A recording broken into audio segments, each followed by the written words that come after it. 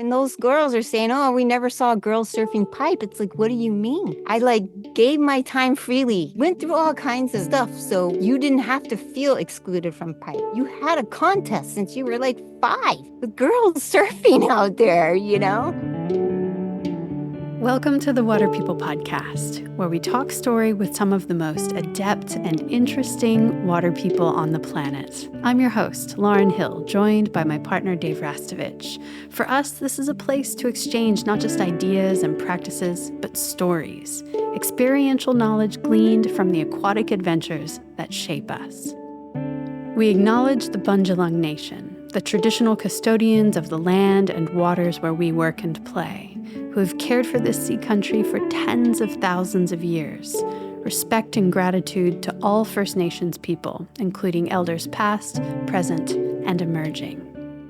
Let's raise a glass to something bigger than just great beer. Meet Stone and Wood, a brewery that thinks big and acts small. What I feel is important about conversations like this with Lane is that not only does the person who's sharing such a traumatic and vulnerable experience with people going to receive our compassion, our love, our hopes, our attention when they are speaking like this, when Lane is speaking about her story of going through cancer. So not only will we be beaming, positive energy to her, but also we're helping each other gain some emotional intelligence and tools to navigate these sort of spaces, which I feel, especially Western culture, because we belong to that, that's my point of reference, but especially Western culture, we just shy away from all the prickly stuff. We're so bad at it when it comes to death, when it comes to these big moments, these health moments, personal moments, even things like sexuality. We just have such a lock-up tendency with those things that when we feel a sense of vulnerability in any of those areas of our life, a lot of us haven't been given the tools to navigate how to deal with them, with each other, in conversation, to say things that might actually be contradicted later or something. We might say things that then a little while later we will disagree with ourselves, but it's okay to do that with each other.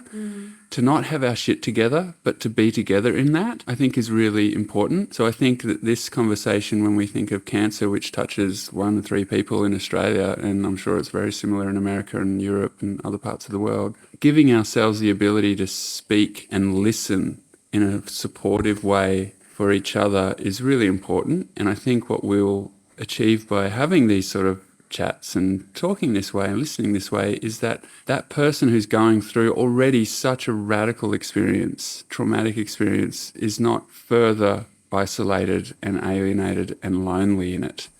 Imagine being in Lane's position and you have people who don't want to talk about that. Oh, don't bring it up, don't raise the subject, don't do that. You'd just be so lonely in that experience, and how much it means to you when you go through something like that, when people step forward and care and listen and really ask, how are you going?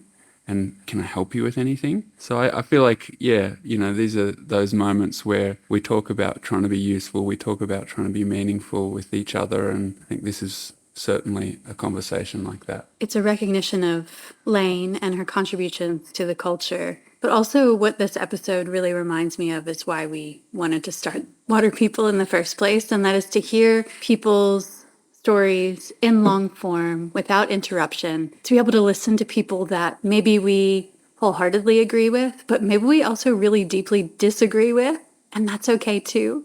The idea is to create a long-form experience where you get to hear the complexity of someone's, hopefully, inner workings as well as their outer workings, and to appreciate that we're all different. Sometimes we all contradict ourselves, and that's part of being human, and that's okay. Yeah, and it's certainly been there from the very beginning of Water People that we wanted to shed light on those sort of shadowy corners in the surfing organism. And to do that, quite often we come along and meet women who have just been overlooked and pushed to the sides in so many lineups and have such incredible stories. And it's so important that every generation growing up beneath that first generation that's over the top of them like a canopy in the forest, that these young sprouts look up and go, oh, okay, I'm here because those ones came before me. And I have shelter from the harshness of the sun, and I have strength from powerful wins because previous generation have grown for me and around me, and they're still available to talk to and to learn from. So I like to imagine that this has that sort of dynamic, and that a young surfer like a Moana, Wong, or anyone that's coming into waves of consequences as a young woman will know that there has been a lot of other women surfing, navigating heavy water and being in lineups around the world. And it's super important to tip our hat and be stoked that they've been there. We always begin by opening the podcast with the same question, and that is about a time or experience after which you were never the same. Would you be willing to share a story like that with me today? There's been a few of them major. Surfing for sure, just, surfing in Hawaii. I kind of just ended up in sort of the main spots. I didn't really know where. I came from the Big Island, but learning to function in the lineups and to respect the lineups, and that changed who I was. It changed the way I perceived the world, because it wasn't like sort of what I'd been brought up, where you got to go out there and you get it, you get yours kind of thing. And it was sort of learning like, no, you need to respect the people who are here. You need to take your time and learn. Don't talk to people. Let people talk to you, because that's a form of respect as well. If you're just always out there and boisterous and all of that. But I really had to learn a different way of living and being. And before that, I think hip hop is probably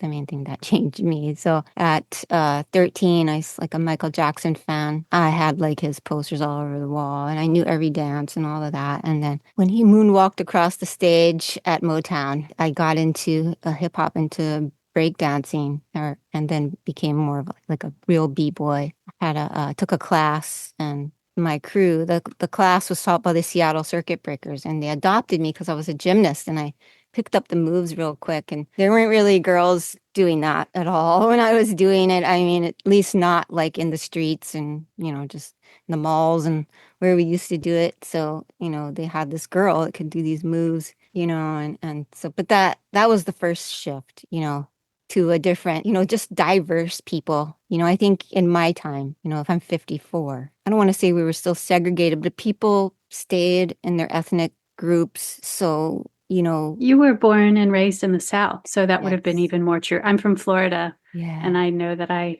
had that experience to a large degree in the part of Florida that I grew up in. Yeah. So it wasn't, they were both things where I wasn't being the least encouraged to go break dance with a bunch of, they weren't just black, they were black and Asian and Filipino. But, if they had one drop of black in them, in the South, and they're black, it was like, you're going to get thrown in the gutter. And then when I went surfing with the local guys, it was like, you're going to end up in the cane fields, But those people, the breakdancers, the surfers, they became my brothers and my family. So yeah, it's pretty amazing. And Mm. most of them are left out too.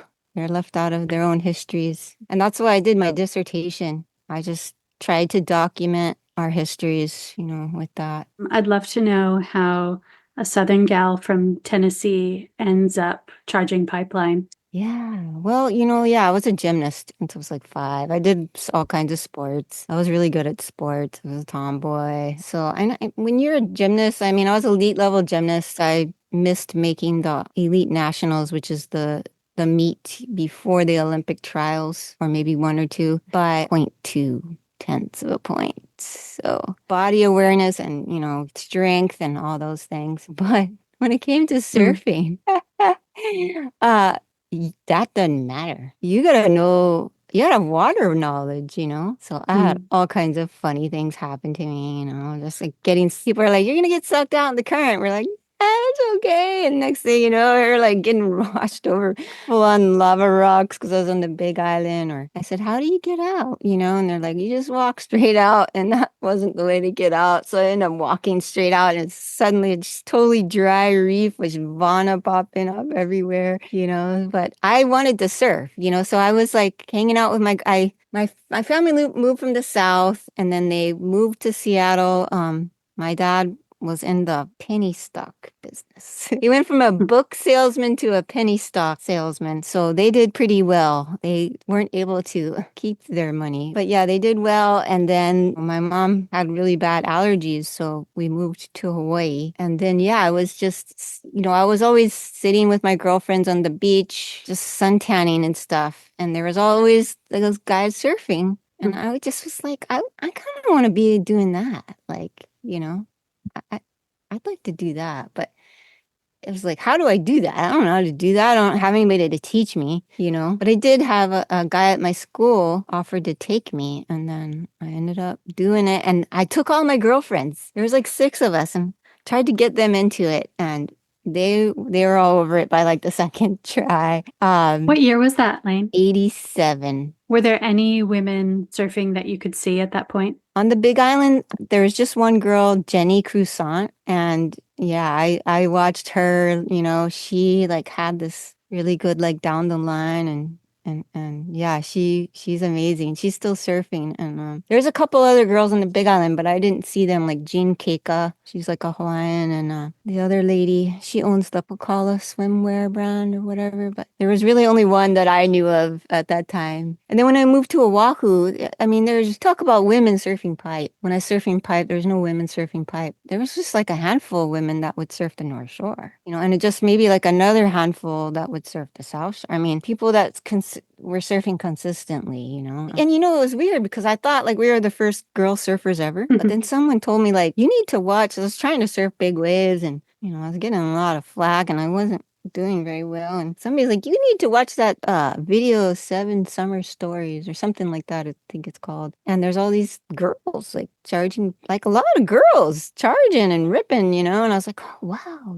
And that's the way women surfing has kind of felt all along, is that each generation feels like they're the first. Yeah. There's no central outlet for the history and the stories in the way that there has been for men surfing, because women have so often been excluded from the surfer magazines and the surfers' journals. I mean, now they're included in a more, well, better now, but when I was growing up in a very tokenistic way. So where did you go from there? Yeah, well, I think there were girls surfing sunset. The girls that I had around me, oh man, I still respect their water skills as much as anyone. I mean, they were incredible surfers. Girls like Kali, she was like this tiny woman and she has a master's degree, teaches, and she would always help me like at Lonnie's and stuff. And I was like watching her, like, how is she taking off on those waves? She's so small, And she would tell me, Lane, you either have to know the spot or you just have to know how to handle the big waves. So I think she said that she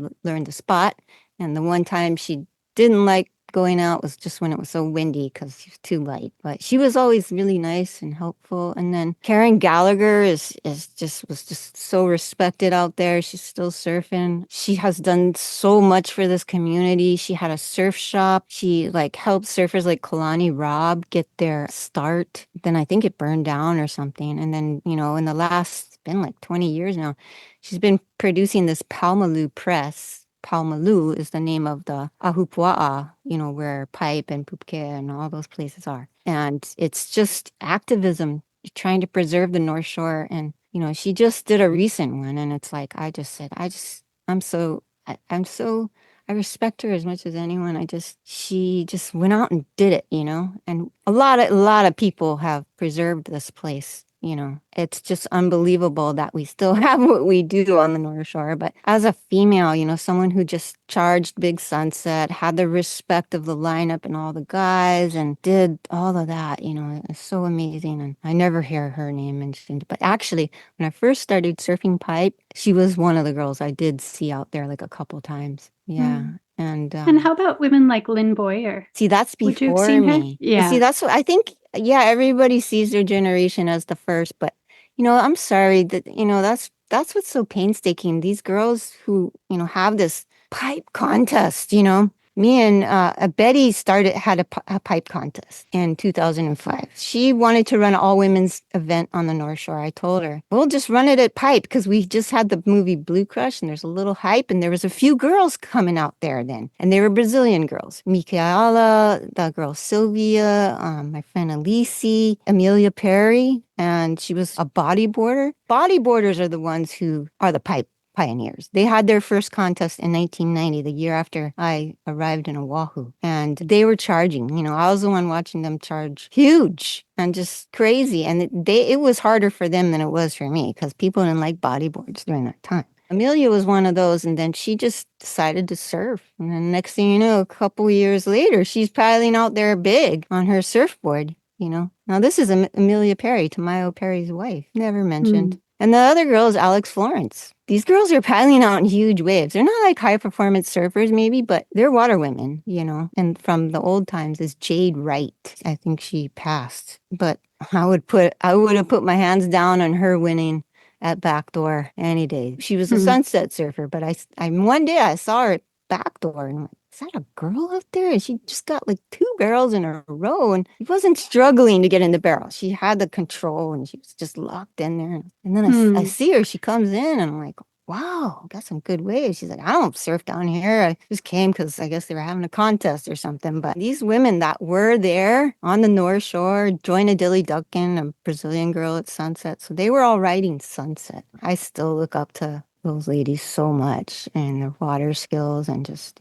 yeah. When I was watching, it's been a couple years now, but when I think it was the first year the women's pipe event was run again, one of the contestants said something about having grown up in the middle 2000s, having never seen women really getting barreled at pipe. And I immediately thought about women like Kiala Kenley and Rochelle Ballard, who had definitely surfed some waves at both pipe and backdoor and had them documented. And I was feeling for the previous generations of women who were going to go unseen or who will continue to go unseen because of comments like that. That's where I was going. I forgot where I was going with that. Yeah. The pipe contest. It's like, so Betty put on this pipe contest and I went with her. It was such a huge ordeal. I went with her to get the permit. Like we never thought we'd get the permit. And then we got the permit and people were just thought, what are you doing? You're going to kill yourself. It was crazy. It was not my contest. So Betty needs to be interviewed about that. So does Carol. And that's Betty DiPolito? Yeah. And, but it happened, and they had that pipe contest. When those girls are saying, oh, we never saw girls surfing pipe. It's like, what do you mean? I gave my time freely, went through all kinds of, stuff. So you didn't have to feel excluded from pipe. Not only do you see girls, you had a contest since you were like 5 with girls surfing out there, I was really obsessively there every single day. And I was paddling on huge surf. So if these girls didn't see me and they didn't see Amelia after the mid-2000s and all those girls that were going out there, they just weren't at pipe, and it's just like, it's you that weren't at pipe because it was a big ordeal. Every time a girl went out there, everybody knew about it and everybody was complaining about it. So I knew every time a girl went out anywhere big. And yeah, I mean, all the histories that have come out by O'Neill and Billabong and, show the women pioneers of pipeline. First of all, I think maybe only one of them even lived in Oahu. And some of the ladies are, they say they went out here first so they could be the first person and they surfed it and they hated it and never came back. And, none of us people who are white-skinned haoles are the first. Hawaiians surfed all over this place before we ever showed up. And that is documented by Mo'olelo or Hawaiian stories, which literally talk about boundary stones being left by Pele of one of the most legendary surfing families right over there. You hear pipe, you're sitting at pipe, you look to the right by log cabins, there's these rocks that come out. Those are the Pele stones, and that is the Paka family. The grandfather is Kuanuanu, and the grandson is Kupaka. And they're just legendary surf families. So none of us should be doing that, because what we're doing is we're coming there and we're saying, oh, this isn't Haumalu, this is pipeline.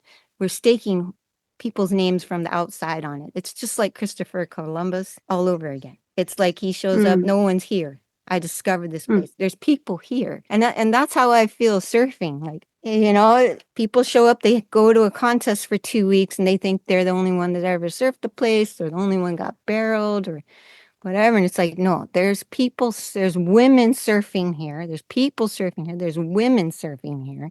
And don't act like we don't matter because we're not into pro contest, which when I was doing it, it was all like 2-foot surf. I did the tour for like 2 years and I was like, what am I doing? I'm just missing all the good surf at home. I can't surf this. I don't want to surf it. You know, these girls saying that, it is like there's no histories, but there are histories. And if you look, if anybody writes a book without looking at Wahine, and if people don't have the insight, because what you're going to see, you go look in Wahine, you're not going to see Billabong in there. You're not going to see O'Neill. You know, you'll see Roxy. You're not going to see Lisa Anderson. It's a model because they didn't support women surfing in the beginning. Right? There's a bunch of women's companies in there. And it's pretty easy to quickly find out who the pioneers are because you go to those women and those companies and the documentaries that are in there, which do have things with Jericho Poplar at Pipe, surfing Pipe in the 70s. And then I hear people that come in the 80s saying they were the first to surf Pipe and stuff like that because they can. Because no one will go look at the magazine. If you look at the contest, they didn't support the women's contest, you know? It's like, it's what it is. It's now, it's like, oh, we're providing all this equality. And it's like, it's so fantastic what they're doing for the women. I don't want to take that away, but there needs to be reconciliation and lamentation and a real attempt to have a real history. And some of those things that are on the pioneers of Pipeline, there's women surfing there. There's supposed to be pioneers. They're not even surfing Pipeline. They're not even from here. And then gets recycled. Here's the pioneers of Pipeline. And they stop with Jody Cooper. And then they start with Rochelle Ballard. That's the whole 90s. That is the Pipeline time. That's when the bodyboarders got their contest. That's when I started going out there. They're just skipping our whole time. What was it for you, Lane? What attracted you to Pipeline initially? When I read about people's impressions of you or what they've witnessed of you, everyone says you were there every day at dawn, paddling out in your pink helmet. And I'm just so curious, why that wave? What is it for you that spoke to you at Pipeline?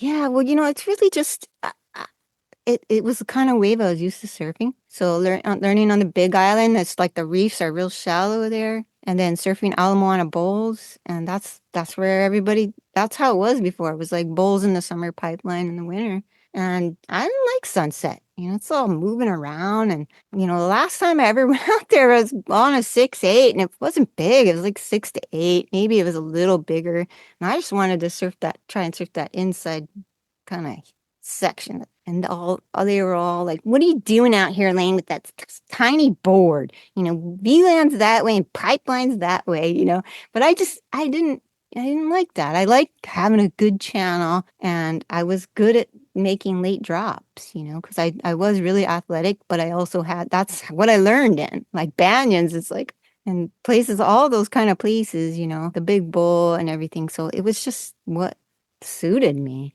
For me, it was never about being the first female or even gender equality or, anything like that. I wanted to be part of that, and there's a crew of people that were just hardcore. We were like that every day.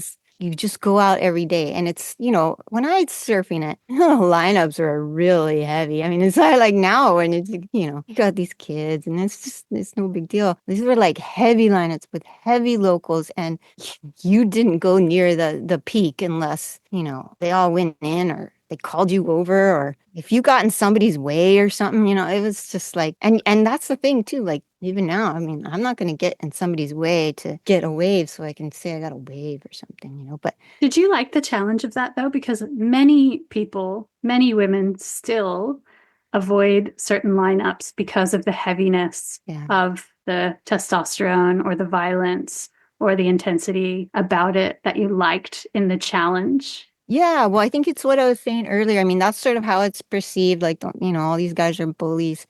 Some of those guys have supported me in my cancer journey, like you wouldn't believe. And so, yeah, is it violent and testosterone and all that? But it's also just it's a pecking order, right? And you have to Mm. wait. You have to do your time in the pecking order. And it was if I knew if I wanted to be out there, I had to learn. I got sent in sometimes, and my friend, Mike Akima, who's like the legend of bowls. He's like, at one point, I was like, you guys were so mean to me since I was a girl. He's like, no, that's everybody went through that. Like everybody had to, that's how you learn to sit in the lineup and respect. And you don't go over there if you're going to miss the wave or fall and then somebody else is hurt because you screwed up. So you have to wait your turn. Like I said, that changed me more than anything. And some of the problem with women and I actually get myself in trouble is there's this thing about equality, and so women say, we want equality and these guys got to give us waves. And it's like, no, there's women getting waves. Jeannie Chester, she was getting waves, but you're not going to come out there on the first day and expect to get waves. And don't claim equality to try to get those waves. You got to sit there like everybody has to sit there. And so, yeah, you're surfing, maybe you're not getting the waves or whatever, but you're gaining a family. You're gaining like something so deep and all of that, and yeah, it's violent and stuff, but so it was coming over here and like erasing people out of their histories, maybe it's not like fist fighting. So, what is violence? I don't know, but yeah, so I learned that, but that's why I was out there all the time too, because I knew like if I could get out there when either it was too big or it was kind of small or it was kind of messy or whatever, I knew all like the buoys and I knew everything. I knew the swell, I knew the direction. I'm like, okay, if I can just be there, the minute it starts getting good, then I can get some waves before they all start coming out there, So that just got to be my thing. My thing was like not to catch a wave. It wasn't to impress anybody or anything. It was just like, I'm going to try to make it out there every day because that's how you learn the wave. And pipeline is really about like learning the wave, like where to catch the wave, where it's breaking, especially when it's outer reef and stuff like that.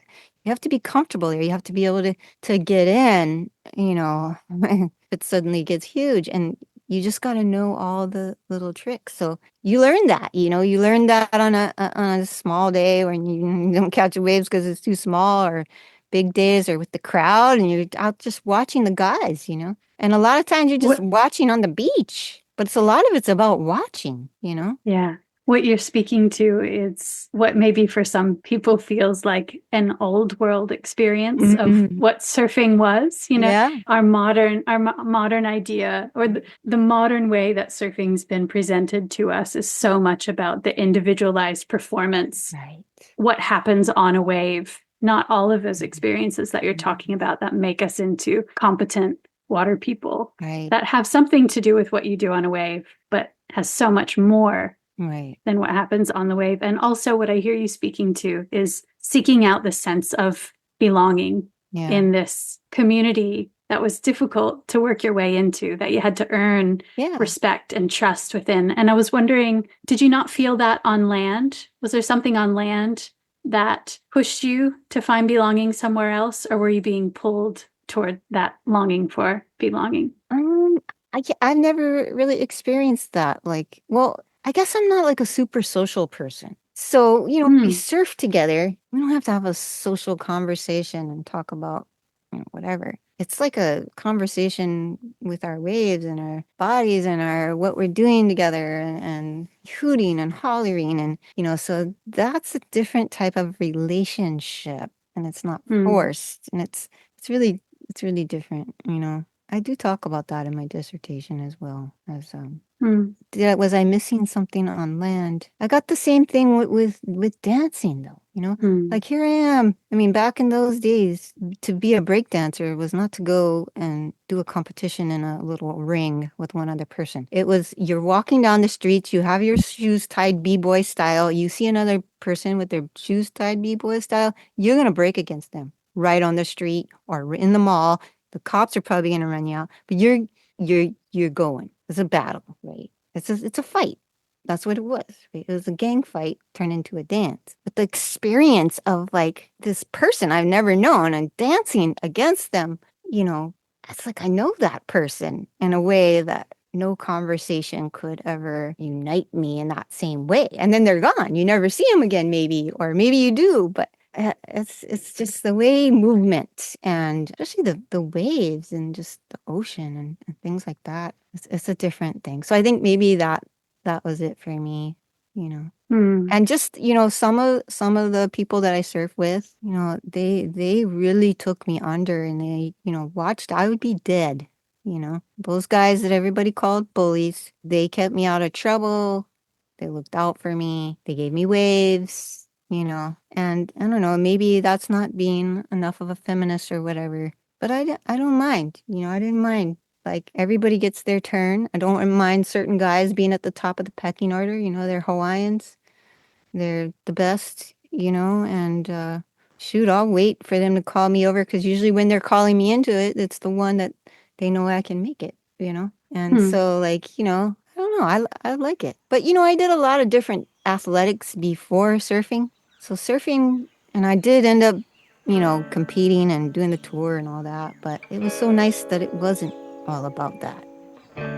Please stay tuned while we take a quick break to acknowledge the folks who help make our podcast possible. Let's raise a glass to something bigger than just great beer. Meet Stone and Wood, a brewery that thinks big and acts small, right from the heart of Byron Bay. Stone and Wood isn't just about brewing beer, it's about building a community. Certified B Corp and driven by environmental and social responsibility, they're all about making a positive impact one sip at a time. Their philanthropic arm, the Ingrained Foundation, supports local grassroots organizations, channeling funds and volunteer hours straight into the communities they call home, focusing on environmental and social causes close to the heart. Here's to Stone and Wood for crafting exceptional brews and for making a tangible difference in our Northern Rivers community. Patagonia is in business to save our home planet. Founded by Yvonne Chenard in 1973, Patagonia is a surf and outdoor apparel company based in Ventura, California. As a certified B Corp and a founding member of 1% for the Planet, the company is recognized internationally for its product quality and environmental activism, as well as its contributions of nearly $230 million to environmental organizations. Patagonia's unique ownership structure reflects that Earth is its only shareholder. Profits not reinvested back into the business are paid as dividends to protect the planet. Futures makes the first surf fins from recycled fishing nets. Alpha Net Plus is an innovative collaboration between Futures Fins and Borreo, blending carbon and discarded fishing nets. To date, they've transformed more than 35,000 kilos, that's about 77,000 pounds, of discarded fishing nets into new Alpha fins at their headquarters in Huntington Beach, California. Nets that would have otherwise ended up in the ocean. Made for high performance and tested by the best, from our very own Dave Rastovich to friend of the podcast, John Florence, Alpha is available in a wide range of fins for those who want to make a difference with every wave you catch. Learn more at futuresfins.com. The best summer surf seasons go hand in hand with fried eyeballs. Looking perpetually red-eyed might be an indicator of good times, but it also hurts. Good sunnies are non-negotiable, but ours inevitably get jumbled in the beach bag and the lenses get shredded by sand. Child, that's CHILDE, Eco Eyewear reimagines the way we use sunglasses. Instead of tossing out frames because of scratched lenses, the Child for Life program offers free lens replacement up to 12 months from purchase and for a small fee thereafter. Child makes sunnies and prescription glasses from plants, not petrol. It's eyewear that's made to last and able to be repaired for a smaller energy footprint. Let's reimagine the culture of disposability together. Learn more at childeyewear.com. You mentioned some of those guys being some of your greatest supporters through your cancer journey. Could you update us on where you're at with cancer and the process? Yeah, if I'm being honest, it's just been like a terrible experience.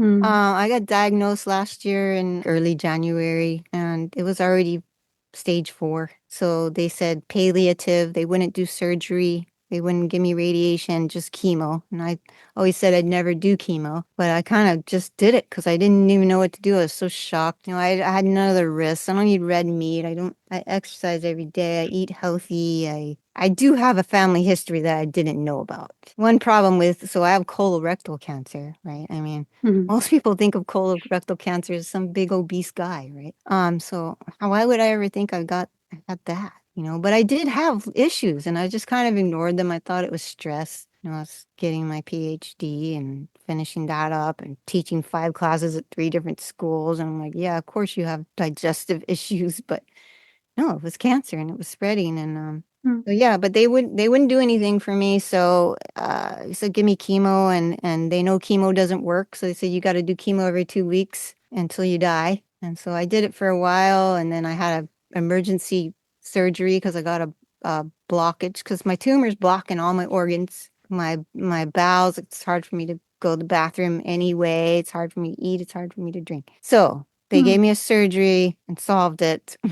But then now it didn't work anymore. So now I'm back in that situation. So it's like a whole year trying to find treatments. I went to Mexico. I did a treatment there, which is like a super new experimental treatment that's being fast-tracked in some of the major hospitals here, but they didn't do it for any trials for my cancer, and they were all small trials. So I tried that, and that still could work. It takes 4 months. But the situation I'm now, and it also causes pseudoprogression, which means the tumors can grow twice in size because the cells are trying to break the tumors down, so they get inflamed. And I started at 115 pounds. Now I think I'm like 96. So I don't have room for like a 10, I think it's like 11 centimeter tumor that's like wrapping around all my organs in there. And I'm just like suffering. I'm in so much pain. I can't sleep. I'm up every 20 minutes, and they won't do anything to help me because you don't have long to live. We don't want to take the chance of tearing your intestine. I mean, that's what it was from the beginning. Funny thing, my dad has dementia. His doctor calls for approval for me, from my dad, to get the surgery that would have saved my life. He's 83 years old. He's on over 20 medications. He's had triple bypass surgery. He's had 2 strokes. They're like happy to take him in and remove the tumor because his cancer hasn't spread. So it's just our health system has figured out a way the insurance companies are making decisions, and I should have been able to make that decision. Like, I'll chance dying by the intestinal tear to have the tumor removed because I might, if I live, I'll have a quality, and I'll have a chance for cure. One of my homeopathic doctors since I was 13 was like, you have no chance if you can't get the primary tumor out. So, I never did. And I could go today. I could go right now. My kidneys, my intestines, everything has these tumors pressing on them. But I'm holding on to hope that if I can somehow make it through this, the dendritic cell might work and suddenly they might start to shrink, That's the treatment you had in I had in Mexico. yeah. Yeah. It's not dendritic cells is something they've had, but this is like a new form of it. But yeah, it's, there I am traveling to Mexico with stage 4 cancer, flying 12 hours across the country 4 times. I come back to my doctor and they're like, that you just got scammed. They wouldn't even click on the link. I went to MD Anderson, same thing. They were having a trial at MD Anderson. They wouldn't even, I waited a year for that appointment. I flew 9 hours to see this doctor and they wouldn't even click on the link to look at my treatment because they wanted. So, I mean, it's just the health system is so, they're so offended if you go outside of any of their treatments, But what choice do I have? You're not giving me anything except a 50-year-old treatment that doesn't work. I asked my doctor, he says, there's another line of chemo I could do. I'll lose my hair. And I'm like, okay, I'm willing to lose my hair, but is it gonna, am I just gonna be 3 months and then I'm back in the same position? He's like, I said, how many people have you cured with this cancer, with this chemo? And he said like 2 or 3 all his time. So I'm like, no. So now I'm just kind of trying all the weird shit that's out there. Excuse my language. But, I'm just like, well, I'm going to go for it, and not any of it could kill me because I can get that intestinal tear. My stomach is compressed, but I'm going to need something, so I'm going to try, but I'm okay to die. I just don't want to suffer much longer. This has just been grueling, to be honest. So, what do you do with your time? I mean, any of us could die any moment, any day, but it's a different story when you've had a diagnosis like yours and it feels so ever present. How do you stay present in your daily life with that diagnosis? Yeah, it's a weird life because it's like you're just watching everybody else live, and you can be positive and be in the present, but not when you're like me and you haven't had any remission. Like it's been a year of treatment after treatment and just chasing the next treatment because my cancer it keeps growing. Nothing's stopping it. So it's not Mm. like I'm in remission. Now I can go out and be a part of the world. But for me, it's just been like one thing after the other, and I'm always just knowing I'm not gonna be a part of that world. It's weird. I've never been jealous in my life. As an athlete, I always kind of competed against myself, and I was usually doing something weird that nobody did, whether it was gymnastics or surfing, So I didn't really have much competition, but I didn't care about beating people. I just wanted to do something cool and something fun. But this is the first time I've experienced jealousy in my life. Mm. So I'm dealing with that because I'm jealous of people who are living their life. I go on social media. I just want to be that. I just want to be that person who's like having dinner and talking about their plans and chit-chatting and oh, yeah, I'm so jealous of it. So I'm not only having to Mm. deal with that, but like what it feels like to like covet somebody else's what they have. It's everybody. Yeah, what a privilege it is to not have to be consumed by Yeah, I mean, the kind everybody of could die tomorrow, diagnosis. and that's the other thing with the traditional health system. It's like their job, they feel their job every time I walk in there is to remind me I'm dying, I'm dead, you're terminal. We're not and it's just so it's hard to get back into the positive. Mm. And what I've done is I've just kind of thought, well, I'm just going to keep going and maybe something good will happen. So I've kept teaching and also because I have to keep my insurance. I'm just a lecturer and we don't barely even get paid minimum wage. So I've been teaching and just trying to I still exercise. Surfing is gets really hard with all the treatments. It's like you'd be Mm. amazed. You do chemo and then you try to stand up on your board and your skin comes off, and stuff like that. So it's just, and then I mean, now it's kind of like the tumor's so big. I was like, gosh, I can't stand up. Why this tumor's restricting all my muscles and stuff? But I'm so sorry. yeah, it's just awful, you know. But I Mm. just try to keep going, and maybe that now at this point, I'm like, maybe you should have just like enjoyed whatever time you had and just done your writing or whatever. But the teaching has kind of kept me like for a little bit. I'm not thinking about cancer, you know. Yeah. And engaging with my students and all of that. So I still hope for the miracle or for something, but Mm. said, I don't want to keep going in this circle. It's just Mm. because you can't like what people say, just be positive, just enjoy every day. And I'm not enjoying.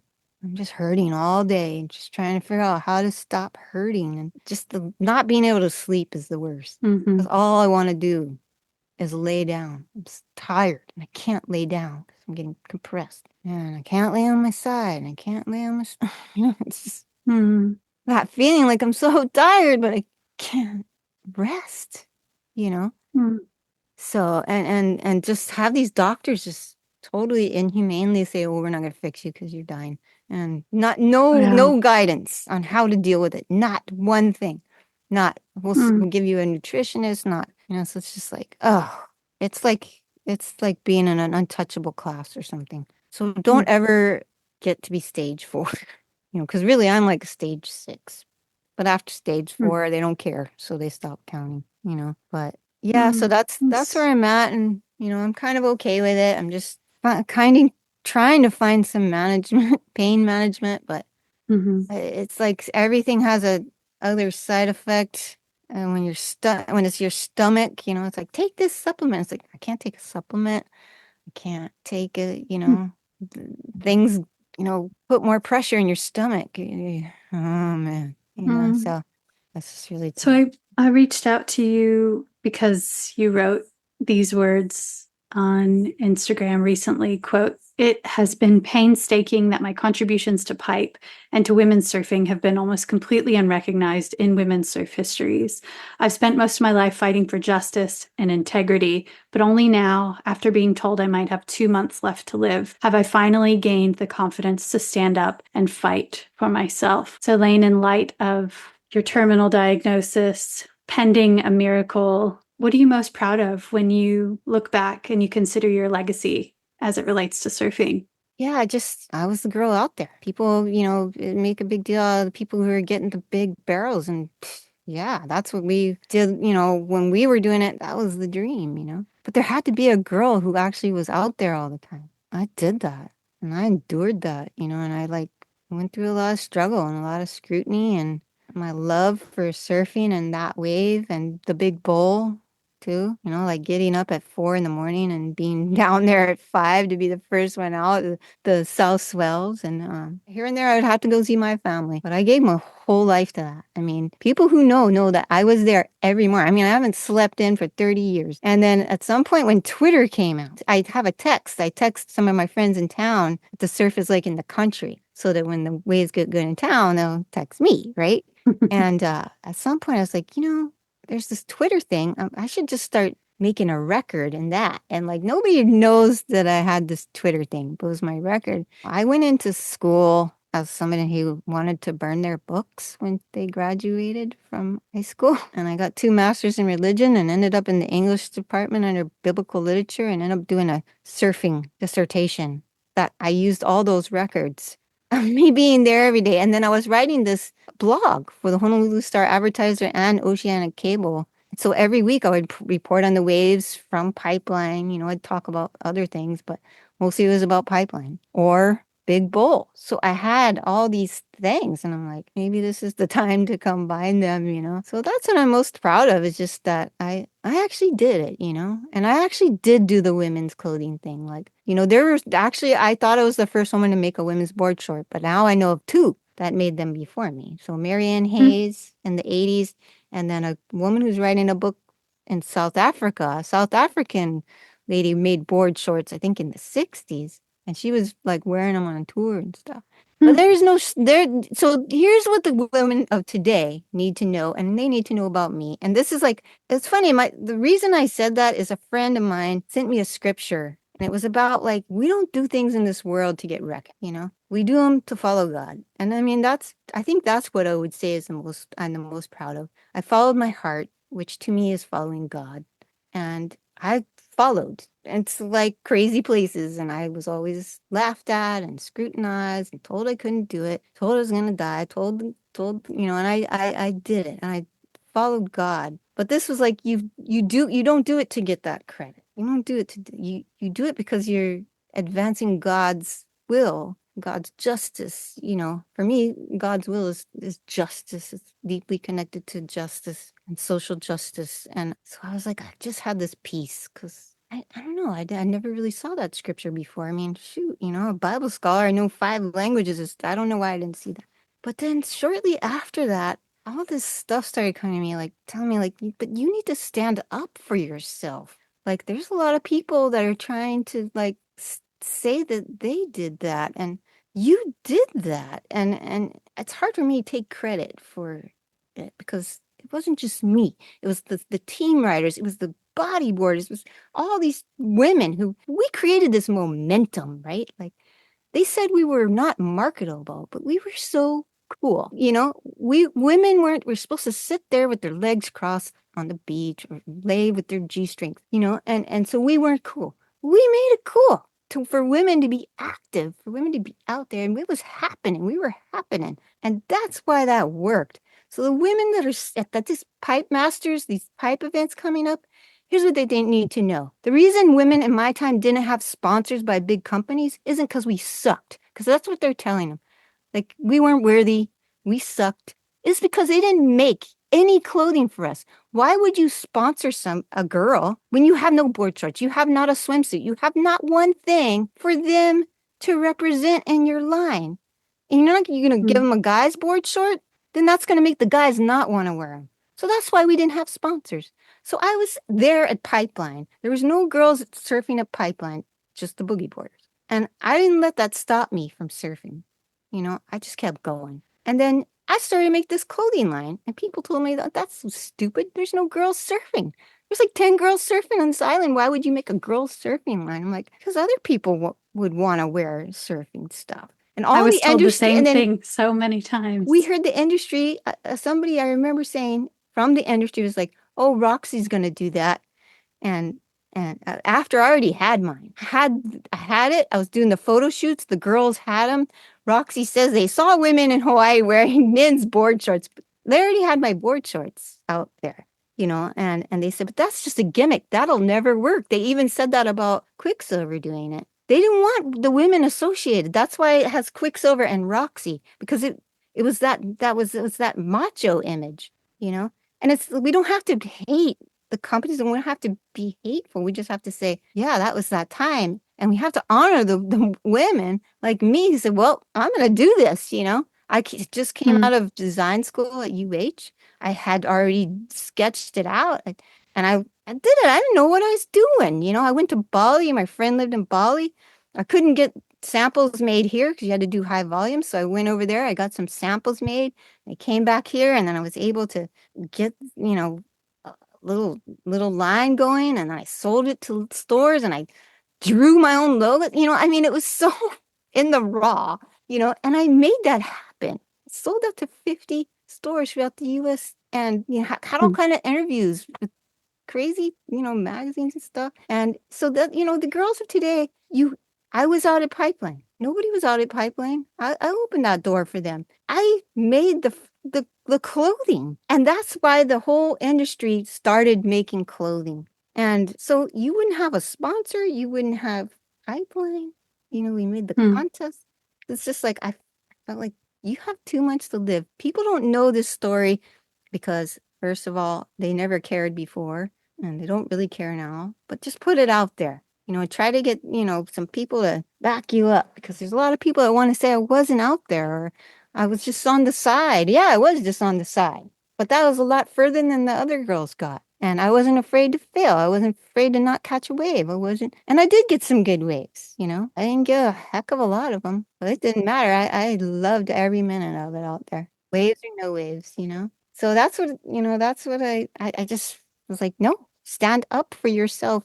And what's so interesting is the people that are commenting and I so regret, this is my biggest regret with the cancer, is I just completed my dissertation. And you do a dissertation to publish your work. So that's what my prayer is. Let me stay and complete this work, God, because it's just in the raw form, which is everything I do. Never gets to be, in that full form, I guess. But I wanted to publish that work with, and all my interviews are mostly with guys, but I also wanted to do the women's, So on that post, a lot of those women are there. And I want to say this right now. That is a reference for anybody who wants to do something for women at Pipeline.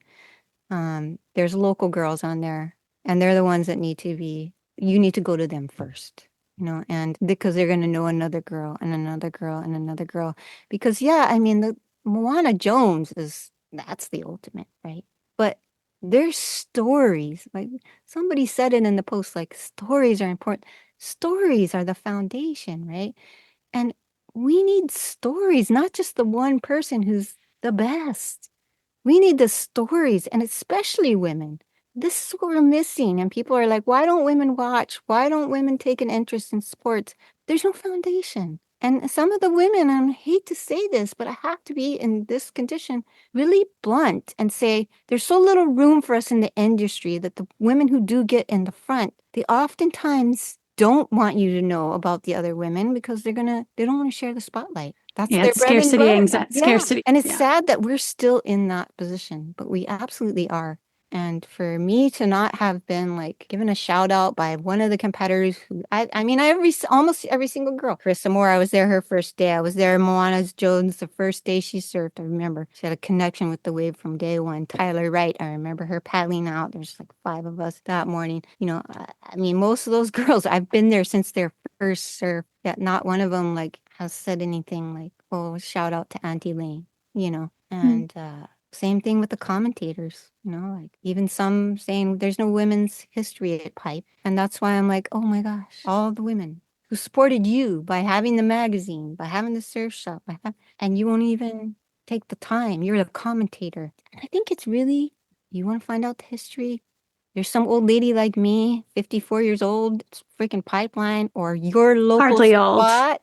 Somebody's, Hardly that's old old. for Pipeline. And she's like yumping around out there and trying to kind of catch a wave. That's the ladies you need to talk to. Because, to all these young girls, I was always the old lady with no shoulders and no hips and no knees. But those old ladies, they're still out there. They're probably the ones that have that history, that are, and I'm so blessed to be in this culture here where that's really important. It's important to respect your elders. And I was taught by the men in my groups about the women. Like, that's Jeannie Lane. And they would give me the rundown on like all her stuff. Or, I know a couple of girls that came before me at Pipe because Fast Eddie told me about them. I'm like, were there any girls before me? He's like, there's a kite surfer. So that's why I know there's a kite surfer girl who uses her from the guys. I would ask the guys, like, because that's part of our culture, to respect the elders and to sort of pass down, that story, those stories and the lives who contributed so, deeply to these spots. And so that's what I hope people will, take an interest in. Get to know the women. You also wrote that, quote, "Cancer is the worst thing that has ever happened to me, but the love and support I've received is the best thing that has ever happened to me." Yeah. Is that what you carry with you each day to try to keep things a little lighter? It is. It is. I mean, I've sitting here wailing on some days, just wailing. And my poor husband has to watch me. And I say, I wish I would have just died. Right? I wish I wouldn't have tried to stop it in the beginning. Because if I wouldn't have done chemo, I probably would have been dead pretty quick. I mean, it just hit me like so hard. I was losing like 2 pounds a day. I was just watching myself just totally. And that's what you do, cancer. Just watch yourself starve to death. But I say, well, if I didn't stick around, I wouldn't have seen the love of my community. And, like I say, I've been so adopted into some of the groups, but I've always, I've never fit anywhere. I was not one of the guys, wasn't really one of the girls, Howley, so and a lot of times I just think everybody thinks I'm such a kook, so, I always knew the love from my close community, but man, just so many people that have supported me and just send me scriptures all the time. My gymnastics community from when I was 13, like suddenly gifts show up from them, and it's just like, oh, man, if I could make it through the cancer, I want to be one of those people who would support someone like me the way some of my friends have. It's just, that is Christianity to me. Loving your neighbor, supporting other people, and just, that's why I always said God shows himself through people. So I've felt the love of God in a way that I never did. And I felt the love of people.